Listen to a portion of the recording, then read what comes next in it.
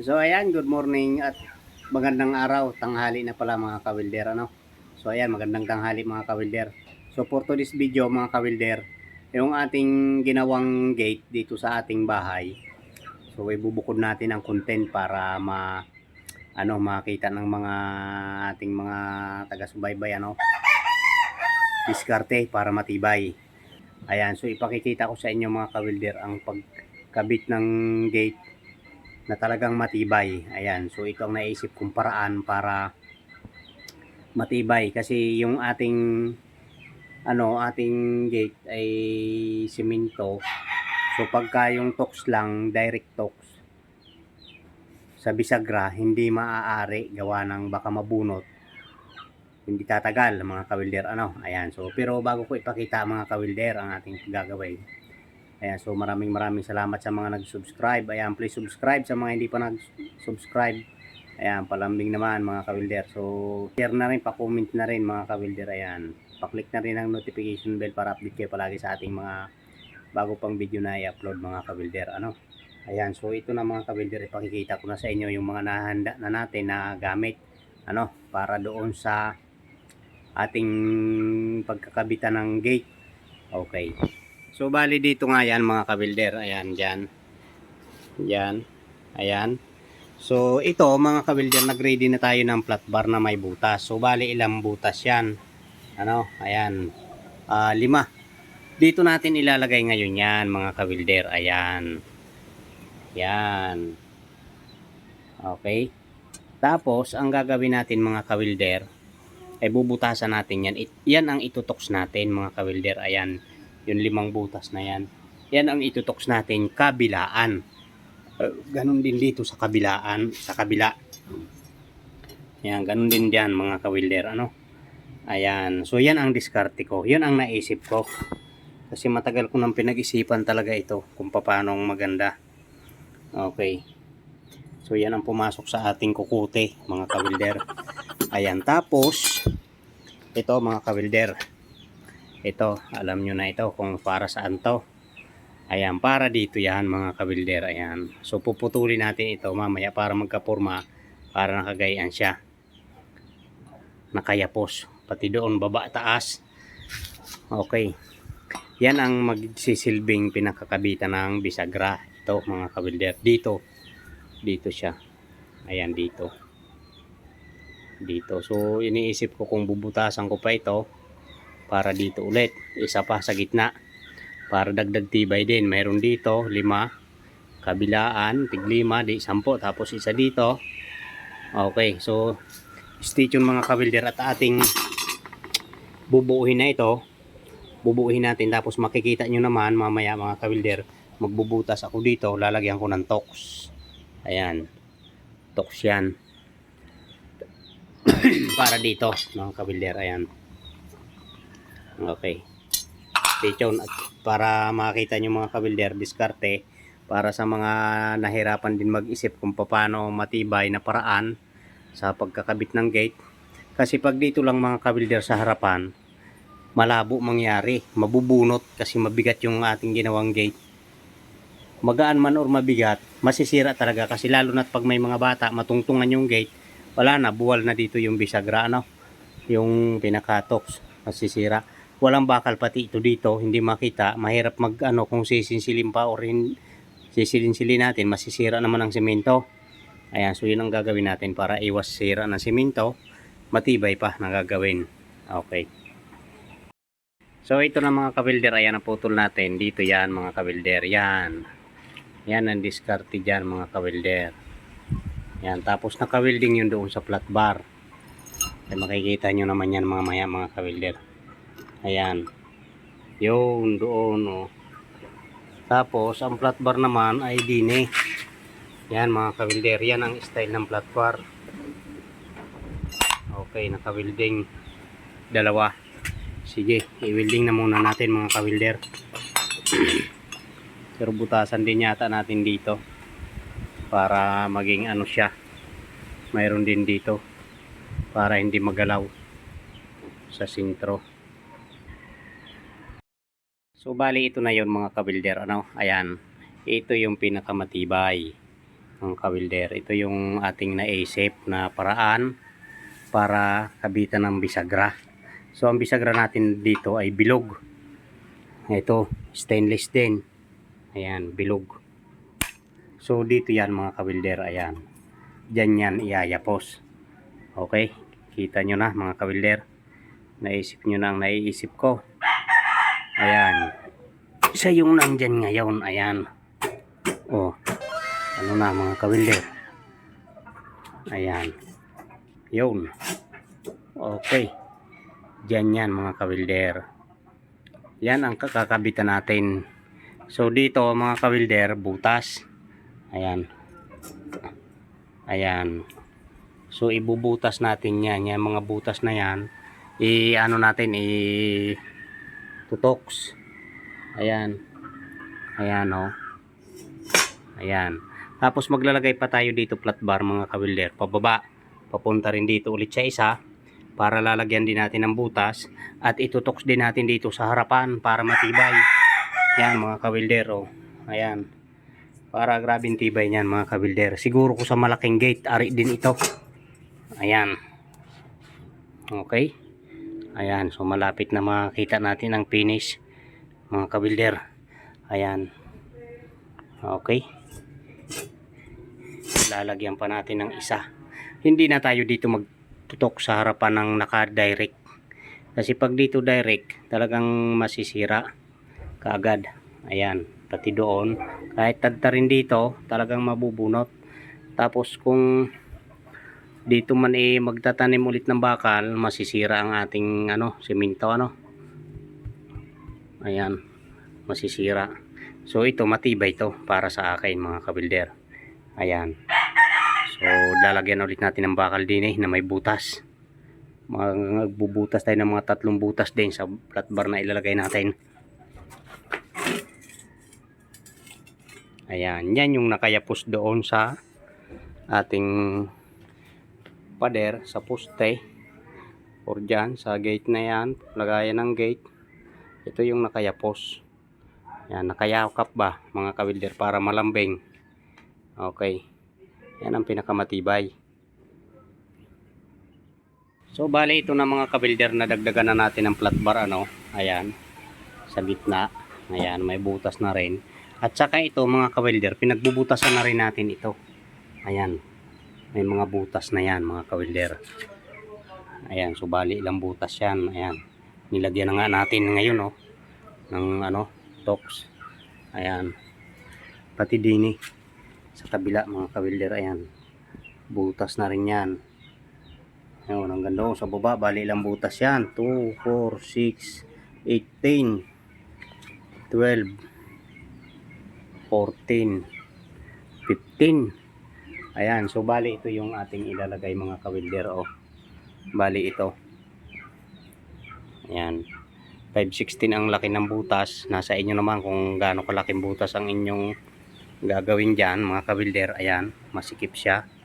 Kunti, maganda yung medyo may hapit na kunti. Ayan. Ayan. Talagang na yan mga kawilder. Makikipagpustahan talaga ako mga kawilder. Talagang matibay ito. Talagang matibay na matibay yan mga kawilder.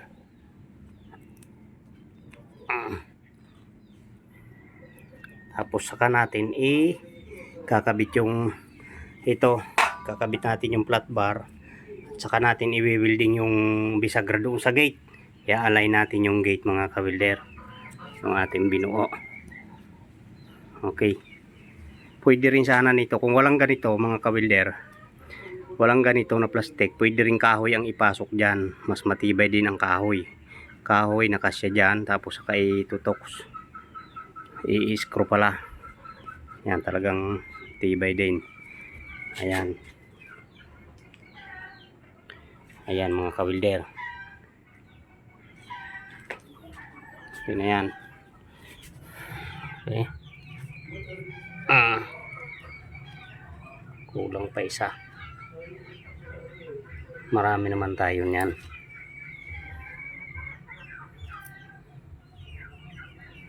Ayan.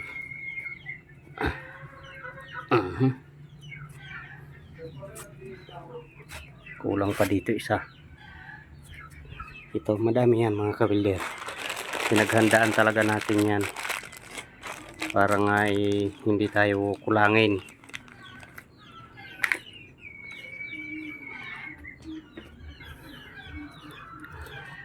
Yan mga kabilder. So ayan ang paliwanag niyan. Yan, bago matanggal yung gate natin mga kabilder, baklas na muna tong kanto na to. Matatanggal muna ito bago yan masira. No? Ayan, napakatibay niyan mga kabilder. Okay, so itutoks na natin mamaya. Saka natin lalagay yung gate. Okay. Ayan, stay tuned mga kabilder. So ayan, ikakabit na natin to mga kabilder. Ayan, ipipix na natin ito.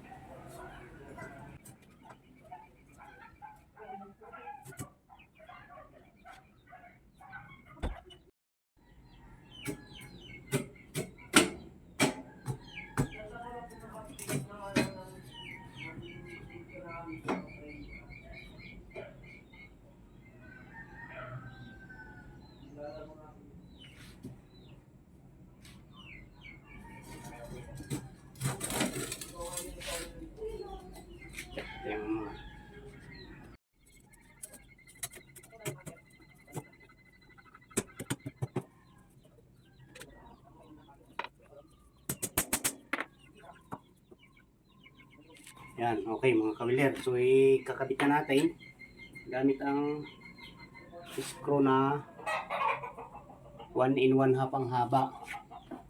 Ayan. Try natin kung humapit ng ayaw.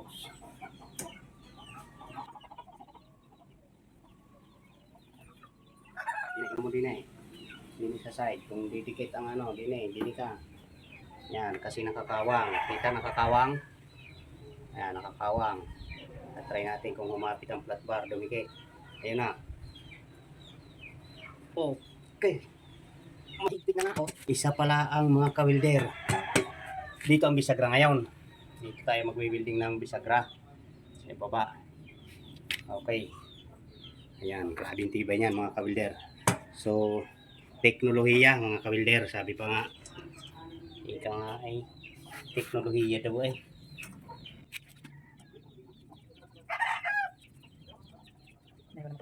Kasi kung dinalik natin dito sa sasabihin natin yung okay. That's it. So ayan na mga kawilder ang kinalabasan ng ating payapos na kabitan ng gate. Ayan. So hindi muna natin dito in-screw pati dito kasi maglalagay tayo ng bisagra. Baka uminit yung pinaka tornilyo niya, mapunta doon sa plastic, lumuag So di kalas lang din naman yung ating gate. Pwede rin dito kalasin, pwede doon sa bisagra Ayan, so stay tuned at i-align na natin yung gate mga kawilder. Ayan. Grabing tibay niyan mga kawilder. Kahit sakyan yan ng 10 bata, hindi yan gigiba. Kaya lang, wag na. Para siguradong hindi masira. Okay. Ayan. Sigurado mga kawilder makakatulong ito sa mga ating kawilder na mga hindi alam kung paano diskarte. Ayan yung ating bagong teknolohiya ngayon mga kawilder. Ayan. So ayan mga kawilder, inalign na natin. Tapos inispat na natin yung bisagra. Ayan, bilog yung bisagra natin. Ating titibay-tibayan ng kunti. Pasuyo ng martilyo. Sana ito'y success ang pagbukas nito.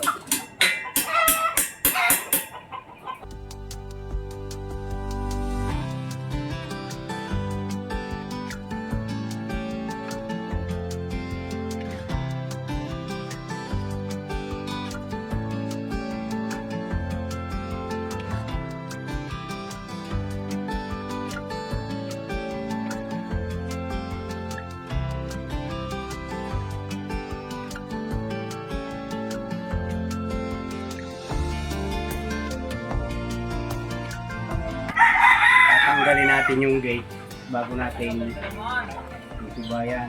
So yan mga ka-welder, na ano pala natin to, na ikabit na ano, na i-align na sa gate.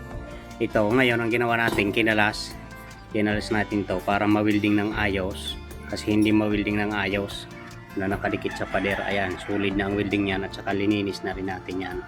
Ayan, so ikakabit na natin ulit yan. Saka yung ano mga ka-welder, yung gate ay inalis na rin natin yung mga itim sa pinag-weldingan. Ayan, pinulwid na rin natin ang ayos. So ikakabit na lang to mga ka-welder, ayos na yan. Yan.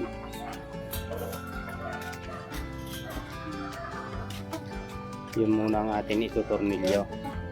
Ito. Turbol na to mga ka-welder, napakatibay na ng welding yan. Ayan. Ayan, solid yan mga ka-welder. Ayan, medyo marang naglalabo ang camera natin. Ayan, ikabit na natin to nang walang tanggalan. Okay.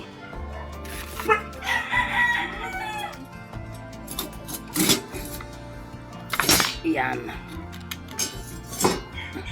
Okay, ayan mga ka-welder. Ayan. Okay na yan. Lagay mo sa lamesa alayo. May lagay Tornilyo na natin to.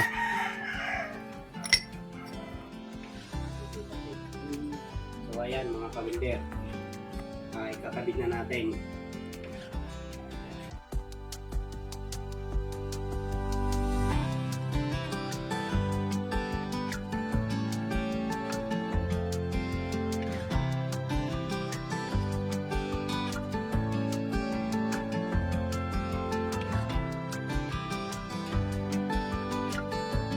Ayan na mga ka-welder ang kinalabasan niyan.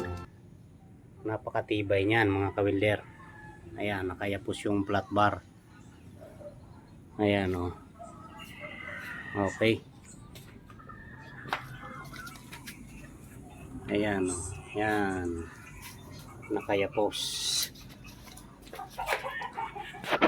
Okay. Ayan. Ganda. Matibay.